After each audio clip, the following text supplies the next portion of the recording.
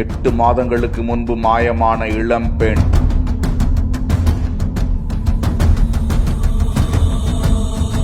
நகையை பறித்து கொன்று கால்வாயில் வீசிய பெண் உள்ளிட்ட கும்பல்.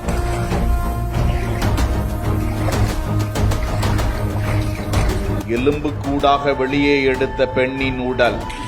28 வயதுடைய கயல்விழி திருமணமாகி 2 ஆண்டுகளில் கணவரை பிரிந்து வாழ்ந்து வந்தார். இந்த நிலையில்தான் கடந்த அக்டோபர் மாதம் வீட்டில் இருந்த கயல்விழி திடீரென மாயமானதாக அவரது உறவினர்கள் பழவூர் காவல் நிலையத்தில் புகார் அளித்தனர். வழக்கு பதிந்து போலீசார் கயல்விழியை பல்வேறு கோணங்களில் தேடி வந்தனர். ஆனாலும் கடந்த 8 மாதங்களாக அந்த வழக்கில் துப்பு துலங்கவில்லை. இந்த நிலையில் தனிப்படை காவல்துறையினர் அப்பகுதிகளில் பொருத்தப்பட்டிருந்த சிசிடிவி கேமராக்களை ஆய்வு செய்த போது கயல்விழியை பஜார் பகுதியில் வைத்து ஒரு பெண் உட்பட 4 பேர் அடங்கிய கும்பல் காரில் கடத்தி சென்றது தெரிய வந்தது.